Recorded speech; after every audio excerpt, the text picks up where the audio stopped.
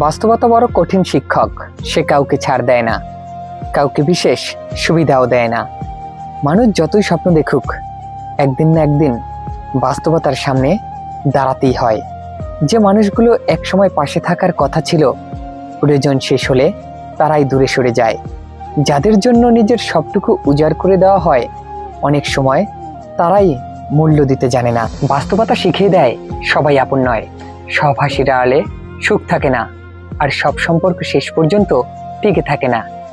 জীবনে চলতে হলে মানুষকে বুঝতে হবে, কান্নার পিছনে লুকিয়ে আছে অনেক কষ্ট, অনেক না বলা যন্ত্রণা। কারণ এই পৃথিবীতে দুঃখ বোঝার মতো কেউই নেই।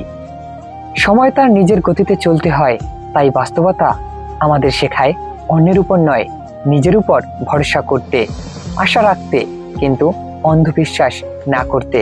কারণ জীবনের শেষ পর্যন্ত মানুষকে নিজের লড়াই নিজেকেই করতে হয়।